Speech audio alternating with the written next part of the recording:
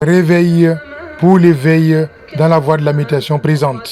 Le changement que j'attends d'Allah subhanahu wa ta'ala commence par mon changement. Summa salatu wa salam ala rasulillah, alhamdulillahi rabbil alamin. Je rends grâce à Allah subhanahu wa ta'ala pour toute la miséricorde dans laquelle il nous plonge. Et je bénis le prophète Mohammed alayhi salam. Et je demande toute la grâce à Allah subhanahu wa ta'ala à son endroit. Et je prie à Allah subhanahu wa ta'ala qu'il assiste mon cheikh Chérif Oumar Abdelaziz.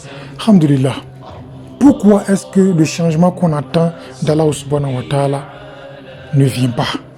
Oui, ça ne vient pas parce que Dieu, Allah subhanahu wa ta'ala, dit que ce changement-là ne peut être possible que si notre changement en nous est opéré. Ça veut dire quoi? Et cela vient d'où? D'un verset coranique qui nous dit: je ne change pas les conditions d'un peuple si le peuple ne change pas ce qui est en lui. Ce qui veut dire, tout ce que tu attends d'Allah subhanahu wa ta'ala dépendra de ce qui va changer en toi. Mais pourquoi les choses doivent changer en toi? Parce qu'en réalité, l'être humain a été fait pour quelque chose. De même que la voiture a été fait pour rouler, l'avion a été fait pour voler, le bateau pour naviguer, et que l'oiseau vole, l'être humain a été fait pour être quelque chose.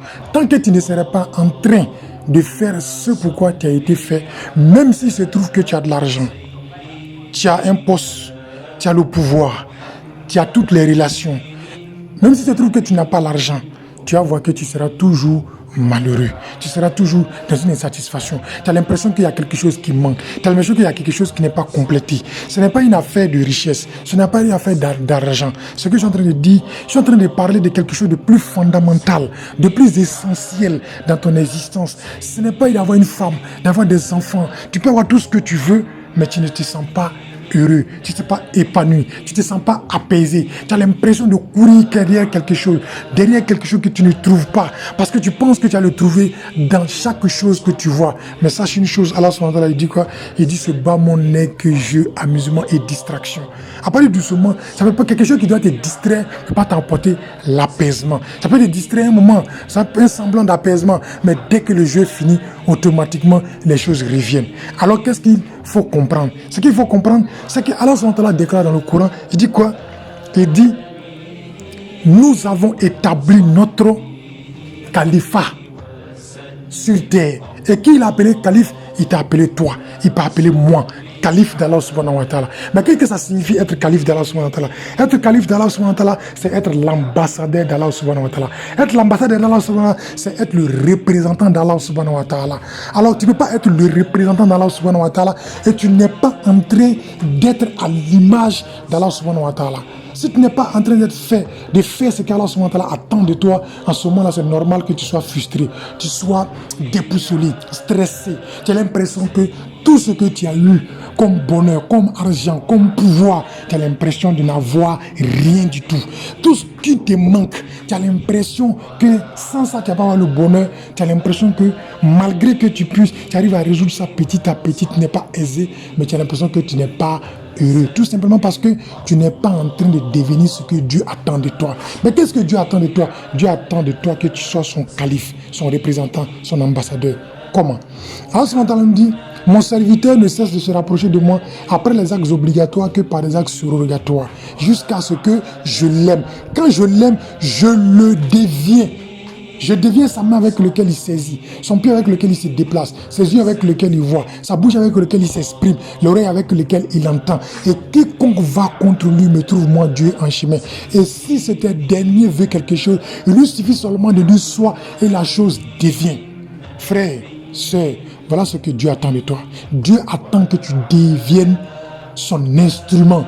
Parce que tant que tu ne seras pas en train de manifester ce que Dieu attend de toi, toute la puissance qu'il a mis en toi, il dit: voilà, kad karamna bani Adam, nous avons anobli l'être humain, nous avons honoré Asantakoui, nous l'avons façonné de la plus meilleure façon. Mais comment comprendre que Dieu qui est perfection et que tout ce qu'il fait est perfection, va dire qu'il a pris le temps de façonner quelque chose harmonieusement? Mais quand il dit qu'il a harmonieusement façonné quelque chose, qu'est-ce que ça sous-entend? Ça veut dire que c'est une perfection totale. Mais est-ce que tu manifestes cette perfection qui est en toi? Si tu n'es pas en train de manifester cette perfection, je te dis, c'est normal que tu sois frustré. C'est normal que tu ne te sens pas bien. C'est normal que ça n'aille pas. Mais une chose que je vais te faire remarquer, la voiture a été faite pour rouler.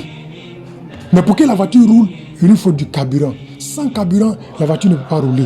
Alors il faut comprendre que pour que tu puisses atteindre ton but, c'est-à-dire manifester Dieu, laisser Dieu prendre possession de toi et devenir ta main, tes yeux, tes oreilles. Parce que sans ça, même si tu veux trouver tout ce que tu veux trouver, tu ne trouveras jamais le bonheur. Alors, si tu veux manifester, tu veux faire cette union, cette unicité, parce qu'on parle de tawhid, l'unicité avec Allah, l'unicité de Allah, c'est-à-dire, pourquoi on parlait d'unicité de Allah en excluant, ou bien en s'excluant, ou en nous excluant du fait que dans cette unicité-là, ce n'est pas demander seulement que de comprendre que Dieu est un, mais c'est de faire un avec Dieu. C'est d'amener l'être humain à faire un avec Dieu. C'est pas moi qui dis, il dit Tafirou, il est là, à courir vers Allah subhanahu wa ta'ala. Il dit en réalité, c'est Allah subhanahu wa ta'ala qui prie sur vous, vous sortir des ténèbres pour vous envoyer à la lumière. Et Allah subhanahu wa ta'ala est quoi? Il est lumière sur lumière et guide qui veut vers sa lumière. Ce qui veut dire quoi? En réalité, nous sommes une lumière, l'âme, qui a été instruite dans un noir qui est dans le corps et qui doit sortir de cela pour retourner à la lumière. Dans ce noir dans lequel on est, on doit travailler à sortir de ce noir pour aller vers la lumière. Sortir cette âme-là, la sentir, vivre avec elle, faire sortir toute cette puissance que Allah a mis en elle. Si tu n'es pas en train de vivre ça, mon frère, même si tu as des millions, même si tu as le pouvoir, même si tu as tout ce que tu veux, tu ne seras jamais heureux parce que tu sentiras qu'il y a quelque chose qui te manque. Parce que ce que Dieu attend de toi, il dit quoi? Je réponds à l'appel de celui-là qui m'appelle. Donc ce que tu attends comme satisfaction de Dieu, ce que tu penses qui te manque, que tu attends de Dieu, tant que tu ne seras pas en train de répondre à l'appel d'Allah subhanahu wa ta'ala, qui est celui-là de le devenir, de faire un avec lui, c'est normal que tu sois en train d'être dans l'amertume, dans le stress, dans les... Je ne sais pas comment on peut dire ça. Tu es dans tous les états qui ne te donnent pas de l'apaisement et de la satisfaction. Ainsi, il faut comprendre que dans le prochain chapitre, nous allons parler du carburant qu'il te faut pour pouvoir manifester Allah subhanahu wa ta'ala, atteindre ton but. Parce que sans ça, le bonheur recherché ne sera jamais atteint. Salam alaikum.